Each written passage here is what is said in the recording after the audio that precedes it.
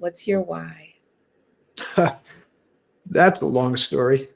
Right? I don't, Let's I don't know see if we have enough what you time, but it kind of touches on how this adventure got started. This is a Yes. complete accident, really.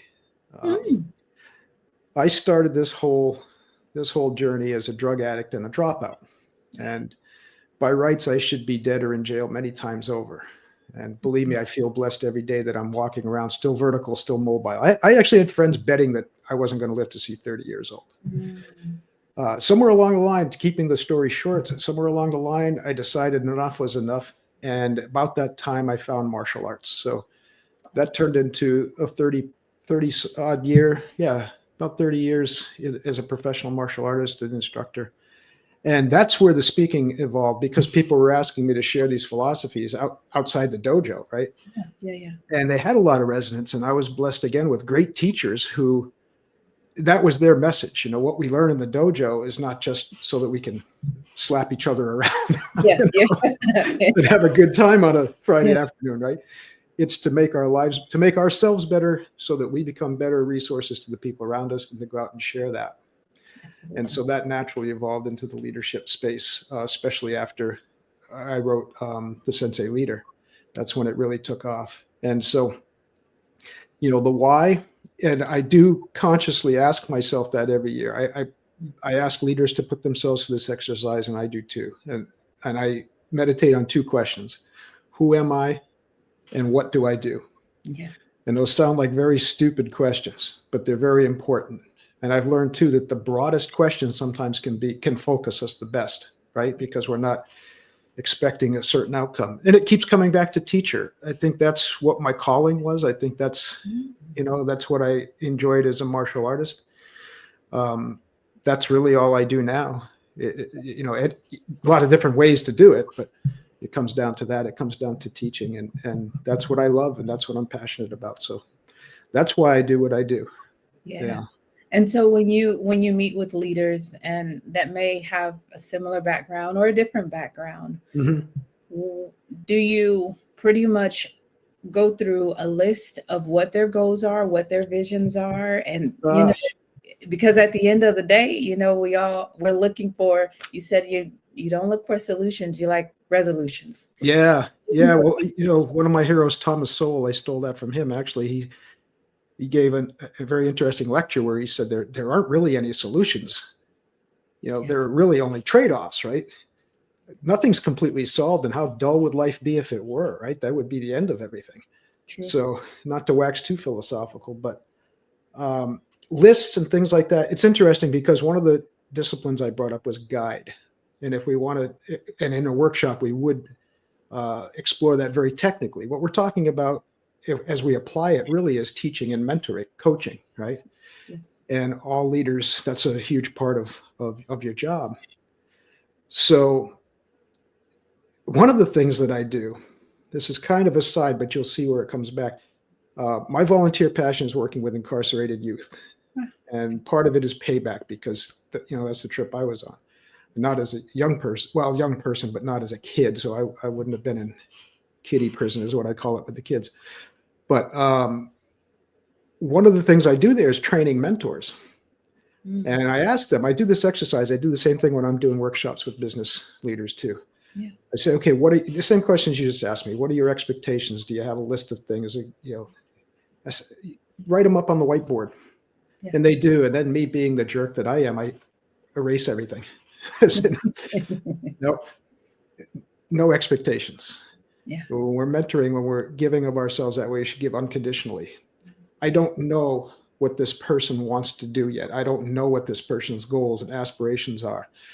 Yeah.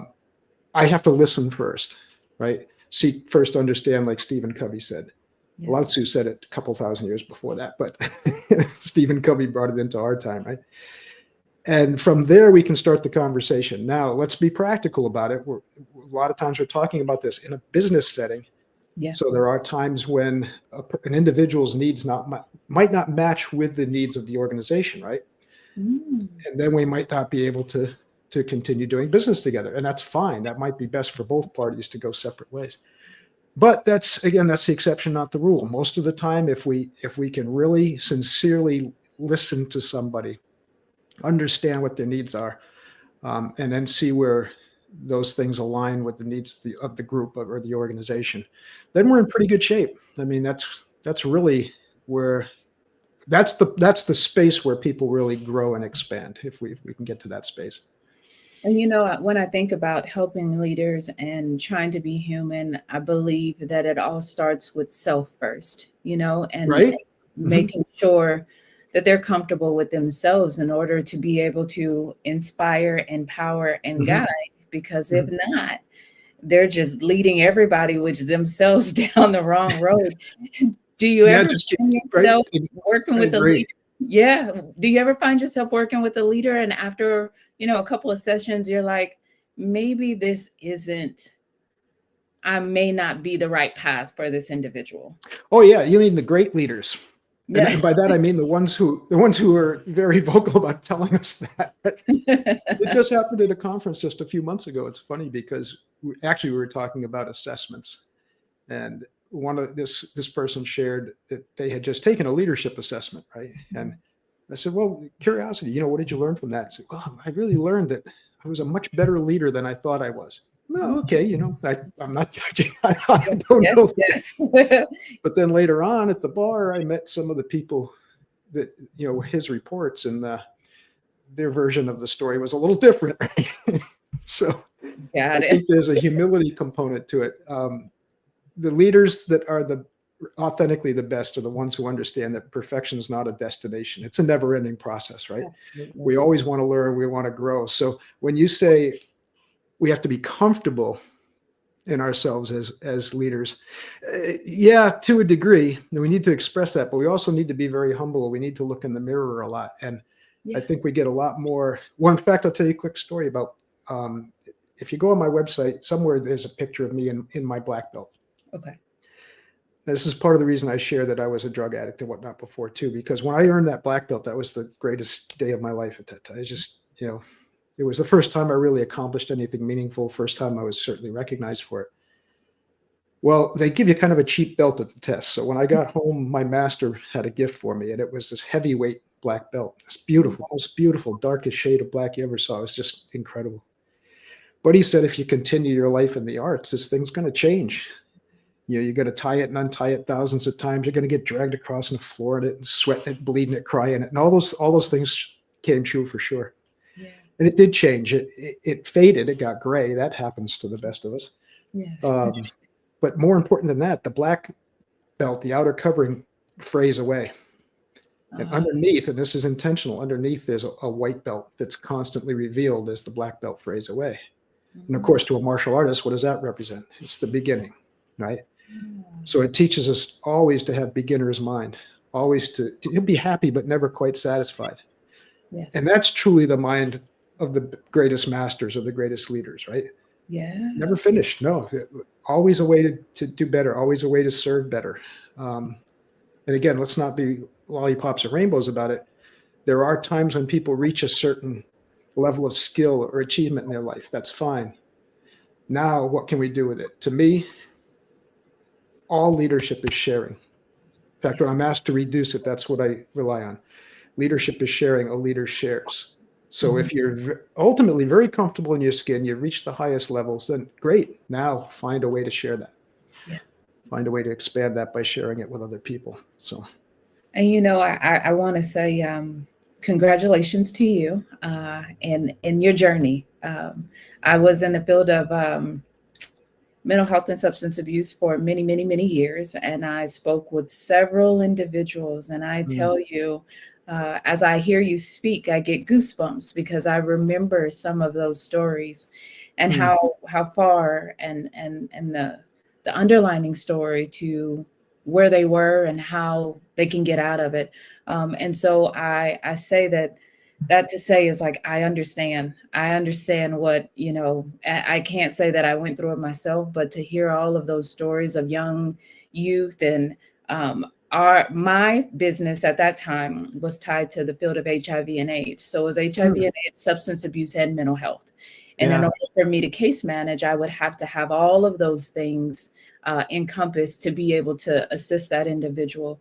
So Right. as you tell me these things and you get into martial arts and dojo and then the belt and then it frailing away and the white part all, coming back, it's almost like a rebirth. That's what it sort of Mhm, reminds me of mhm. is a rebirth. And when you say that you don't want to be too comfortable in yourself because you still want to have the capacity to continue to keep learning. I get Mm, that too.